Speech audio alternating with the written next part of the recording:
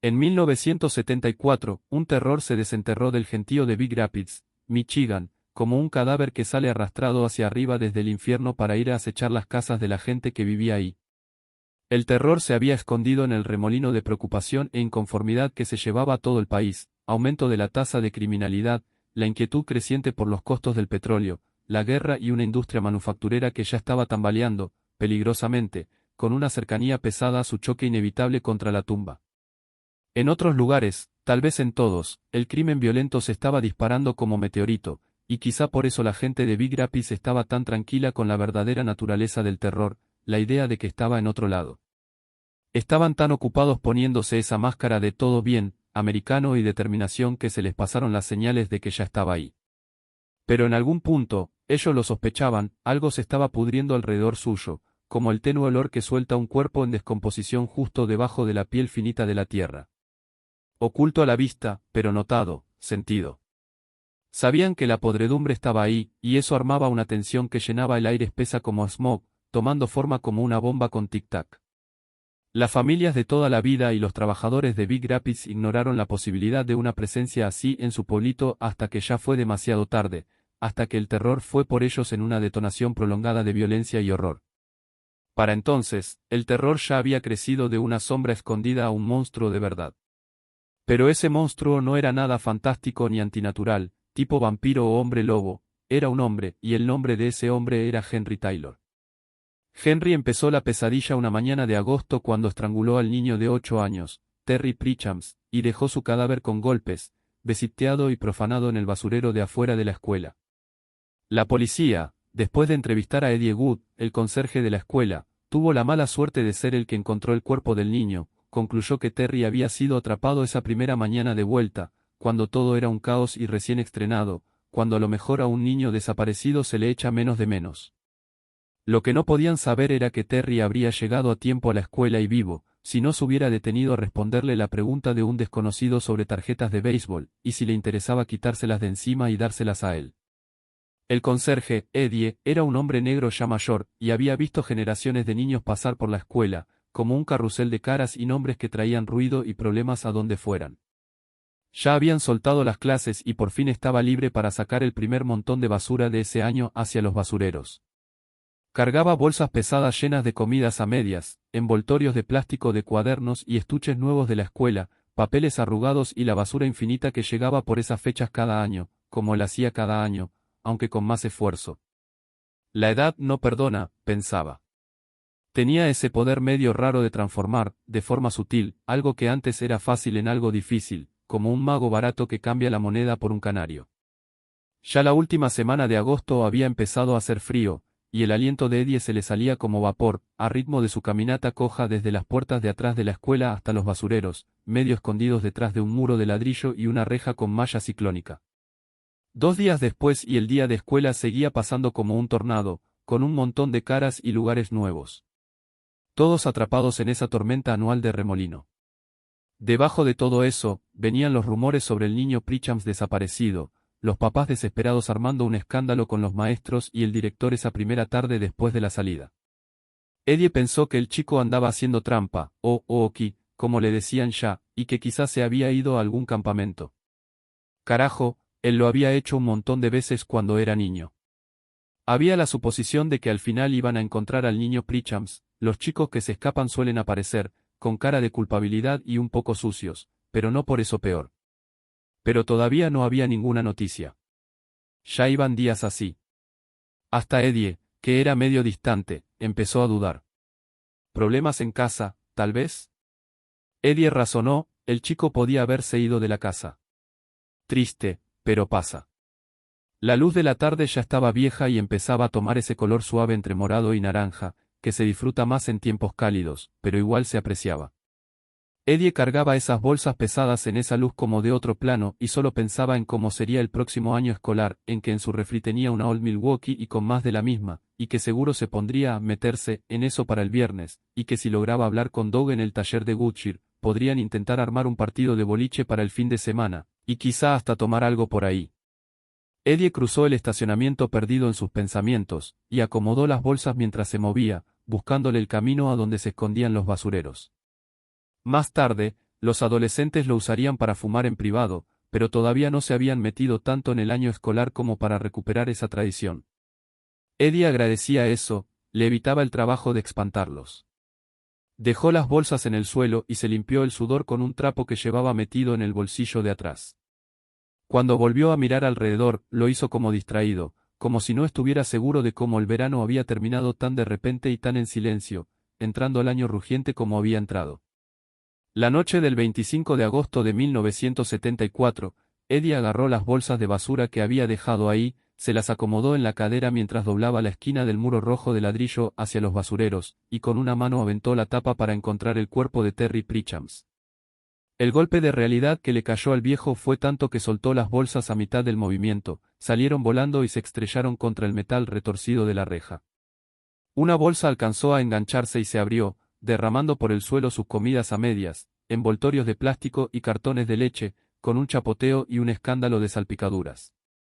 Eddie sintió el dolor en el pecho mientras soltara una bocanada de aire con un grito enloquecido. Primero apenas era como una exhalación vomitosa, pero se convirtió en un estallido de verdad. Eddie se quedó tambaleando, mitad girando y mitad cayéndose, cuando se apartó y se empujó lejos del basurero, cuya tapa se había volado como si un fantasma hubiera salido atravesando la tapa de su ataúd. Quizás sí, porque dentro estaba Terry Pritchams, un asco de moscas, una pesadilla de larvas retorciéndose e insectos zumbando, la cara torcida de agonía y los ojos enrollados hacia atrás, hacia donde ya no deberían estar. Eddie se detuvo en el grito el tiempo suficiente para vomitar. El olor era pestilente, como una descomposición que llevaba días creciendo en ese contenedor de metal. Eddie se manoteó la cara, el horror que habían transformado en el cuerpo del niño se le marcaba en los ojos cada vez que lo cerraba.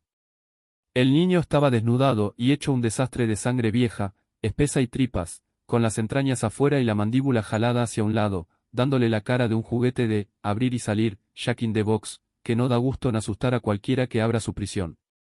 Eddie intentó ponerse de pie, pero no pudo.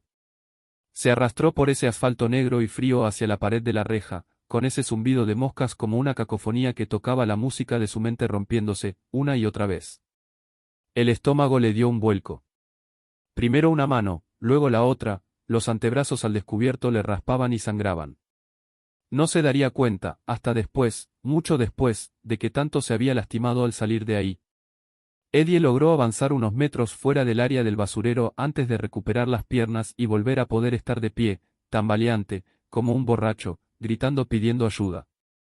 La señora Wintrow, una mujer mayor que vivía por su cuenta y con fama de ser una vieja gritona, fue la primera en ver al señor Gu tropezándose como loco por el patio de la escuela, gritaba y traía los ojos desorbitados. Ella creyó que estaba borracho o que se le había ido la cabeza. Se escondió detrás de su cortina, con los dedos nudosos agarrando el teléfono con cable que estaba sobre su mesa de café. Ideas salvajes y ansiosas se le metieron en la mente ya paranoica. Llamó a la policía sin pensarlo, esperando, en su forma cruel, que nomás le dispararan a ese viejo borracho por haberle causado esa paniqueada, por esa molestia. Eddie se desplomó en su patio, de todos los patios, después de cruzar la calle. Tenía la mirada como un grupo de pánico rodando, las manos temblándole mientras se aferraban a su cara. Eddie estaba soltando un grito hiperventilado que se cortaba con un resuello, y así se quedó, mientras la señora Wintrow lo vigilaba por detrás de sus cortinas hasta que la policía lo encontró. Ella se negó a perderse lo que pudiera pasar con ese conserje de la escuela. Se frustró al ver que la policía llegó con cautela, hablando con el tipo, y lo vio con confusión mientras él señalaba hacia la escuela. Otra vez, hacia los basureros. Su decepción se esfumó cuando los vio irse, ese conserje borracho guiándolos, y cómo desaparecieron detrás de los basureros, pero luego regresaron tambaleando, y se tapaban la cara. Y ella los miró, horrorizada y con la boca abierta, mientras sacaban a ese niñito del basurero, camiones y luces como circo fuera de su ventana. Y lloró al verlo. Y así empezó el horror. Siguió, y la gente de Big Rapids empezó a conocer un miedo que no habían vivido antes. Los papás llevaban a sus niños a la escuela en grupo, casi en masa. Pusieron toques de queda. La policía hacía doble y hasta triple turno. El pueblo estaba al borde y no cambiaba nada. Solo unas cuantas semanas después de que Terry Pritchams fuera enterrado, el 20 de septiembre, Nancy Deegan se despertó en su cama en medio de la noche, los ojos se le abrieron de golpe y sintió como una estampida de pinchos de frío corriéndole por la columna. Pensar en el niño Pritcham le venía rondando la cabeza, como a todas las familias, y sus sueños estaban llenos de ideas de lo que le había pasado. Esos pesadillones fueron los que la despertaron, y entonces se salió de la cama con la ropa de dormir, pálida y temblando, como una aparición de mediana edad mientras caminaba por su casa vacía y con pasos que resonaban, para ir a revisar a sus hijos. Su esposo se despertó minutos después por el grito de ella, y medio desnudo, enredado, desesperado, salió disparado por los pasillos hasta encontrarla en la sala, chillando por los cuerpos atados y asesinados de sus dos hijos. Ella se volteó hacia él y el terror le había cambiado la cara a una mueca de puro dolor tenso. La niña de 4 años, Barbara, y el niño de 7, Drew, estaban en charcos de sangre. Nancy estaba empapada de rojo mientras se les aferraba. Detrás de ella, la puerta principal estaba abierta, una mano invitando, señalándoles, como para que salieran a la noche a perderse y a unirse a sus hijos. Sus hijos profanados.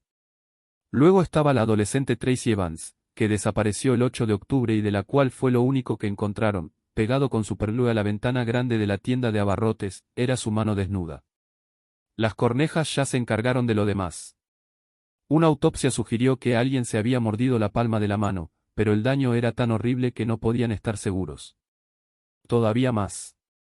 La casa de Jonathan Rich, un viudo mayor, fue allanada. Su familia pidió una revisión de bienestar después de no saber de él en más de un mes. La policía lo encontró desarmado en su sótano, metido en un acaparamiento de frascos de Mason y contenedores, típico de un prepes del fin del mundo. Sus huesos estaban acomodados como un altar debajo de una mesa, donde sus ojos quedaban puestos para vigilar ese ritual imposible de entender que se había hecho, y ahora, esos ojos, encogidos y con el color de la linaza. Sangre vieja cubría todo. Aún más todavía. El 12 de diciembre, le encontraron el cuerpo al maestro de matemáticas, el señor Giffords, congelado en Main Street. Lo habían matado borracho, como una rata de cloaca, y vestido de Santa Claus mientras iba de regreso a casa después de una fiesta de Navidad, lo apuñalaron 7 veces en el estómago. Lo habían dejado parado como una estatua arrodillada, congelada. La forma en que lo encontraron llevó a la policía a razonar que Giffords debió haber estado vivo lo suficiente como para manosear sus propias entrañas, mirándolas como tonto hasta que la vida tuvo que haberse ido de sus ojos. Sus manos sostenían sus vísceras y su sangre se había congelado debajo de ellas, para que pareciera que era un titiritero haciendo un papel raro con sus propios órganos. Lo que Sam McNeill recordaba, mirando desde la otra cuadra, era al forense teniendo que raspar y sacar esa sangre congelada del banquillo de la banqueta. Por fin, en enero de 1975, el reinado del terror se acabó. Se acabó en las primeras horas de la mañana, antes del amanecer, cuando encontraron el cuerpo de la señora Taylor, crucificado, plantado en el jardín de enfrente a las 6:13 de la mañana, desnuda y cortada en tiras, con todas sus tripas y partes internas afuera, para que el mundo lo viera. La habían pintado, negra y roja por todo el cuerpo, obra de un cuchillo y una antorcha de soplete. La policía llegó 15 minutos después de que Mike Evans le llamara mientras hacía su ruta de reparto de periódicos. No hubo necesidad de esperar. Entraron a su casa y escucharon ruidos en su sótano.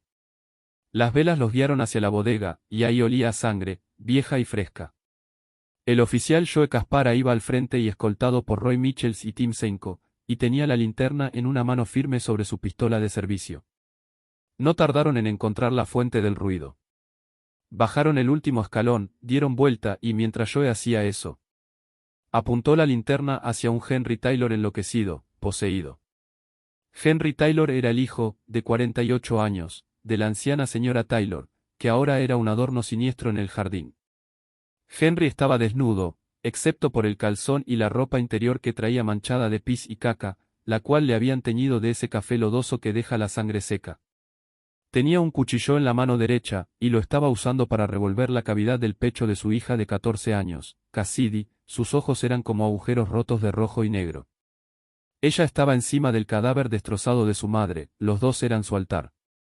El detalle idiota de que Henry vendía radios para ganarse la vida en Radio Shack fue lo único que Joe alcanzó a pensar en ese primer momento. Miró a la chica. Henry le había llenado el pecho a su hija con una mezcla de lodo y pasto, y lo que Joe creyó que eran cucarachas que había atrapado en el sótano. Había algo vivo y revuelto ahí adentro, una fuerza de vida que se le arremolinaba y que él no podía mirar. La boca de Henry tenía el asqueroso brebaje y le pintaba los dientes amarillos de fumador, grasientos y hediondos. Los ojos se le veían rojos y con una apariencia babosa, como masas pegajosas de algo espeso y amarillo en las esquinas. Henry alzó el cuchillo y se lo apuntó al oficial Joe Caspara, gritando. Ahí, no lo ven ya, puta, ya entienden, ya está abierto, ahora si van a verme a mí, váyanse a la chingada. Todos van a. El oficial Joe Caspara disparó 3 veces al pecho, y cada disparo dio, Henry se quedó sin aire de golpe, tan fuerte que tiró el cuchillo y se desplomó para atrás sobre su gran culo. Caspara se acercó más, con las bolas apretadas contra el abdomen, tanto que podía sentirlas mientras caminaba, los brazos y piernas tensos como alambres, temblando. La camisa se le pegó al moverse. El aire le salía por la nariz, como si fueran tiros. Henry lo miró hacia arriba, pedazos de carne y aquella asquerosa mezcla que se había metido a la boca se le salieron y cayeron sobre su sucio y gordo pecho. Caspara juró que los ojos de Henry empezaron a desviarse hacia los lados, como los de una rana. Con un último esfuerzo, Henry alcanzó la muñeca de Joe y soltó un resuello, con baba y el aquelarre que había preparado escupiéndosele por los labios flojos mientras se moría. Y mientras se moría, soltó con un resuello, se quema. Y así murió el monstruo de Big Rapids.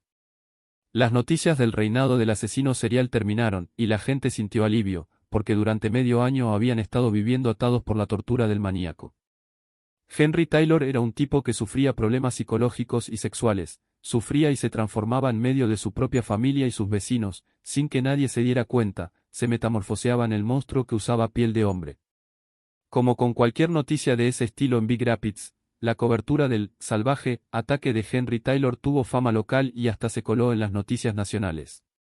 Un reportero local, Kate Uptown, soltó la bestia de Big Rapids y se quedó como apodo de Henry. Titulares durante semanas sobre la ola de asesinatos, lo salvaje que fue todo, la muerte de Henry y el epílogo para los sobrevivientes. Pero el mundo seguía girando, seguía creando monstruos y asesinos nuevos y terror nuevo.